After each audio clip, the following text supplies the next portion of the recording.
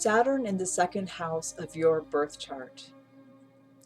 The second house in general is about material security. It's about values, and your values in particular, and how you personally earn what you have in life. When Saturn is in a house, it always presents a dual face of restriction and mastery. So let's first talk about the mastery aspect and why you might have chosen to have Saturn in your second house. Because remember, you took this incarnation with an intent, and it's not by accident, it's not a bad thing that you have Saturn there. Sometimes people see Saturn in the second house and they assume that it means, oh, I'm going to be poor, or I'm not going to have ease when it comes to material matters.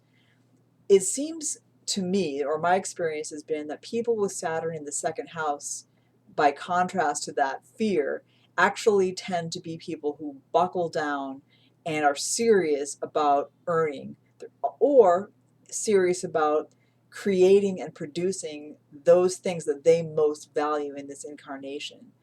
So you do get somebody who is oftentimes very good at business, or very good at creating something tangible that aligns with their personal values. So that is definitely a very positive trait to have, and oftentimes actually forebodes success or augurs success rather than failure. Now, the way that things can go wrong is if you do succumb to the fear, because where Saturn occurs in our chart, we tend to have our most scary fears that will crop up, and if we give in to those, then obviously we're not going to succeed. So the wrong way to take Saturn in your second house is fear of poverty. And sometimes that leads to sort of two different extremes. One extreme is basically just not worrying about money and just throwing caution to the wind because there's such an almost obsessive fear of poverty that you make it come true, a self-fulfilling prophecy.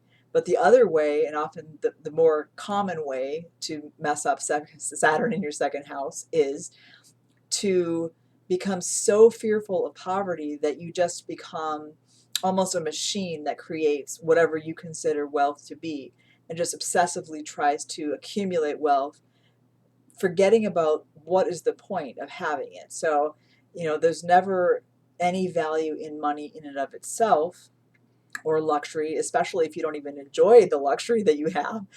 So remember that anything to do with your second house, you really have to take some time and examine, what do you truly value?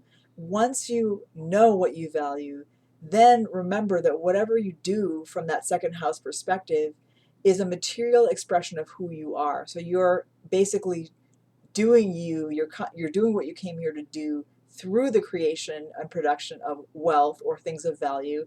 And with Saturn there, it means you're careful, you take it seriously, you take the time to focus and become a disciplined master of that type of activity. And that's what you meant to do.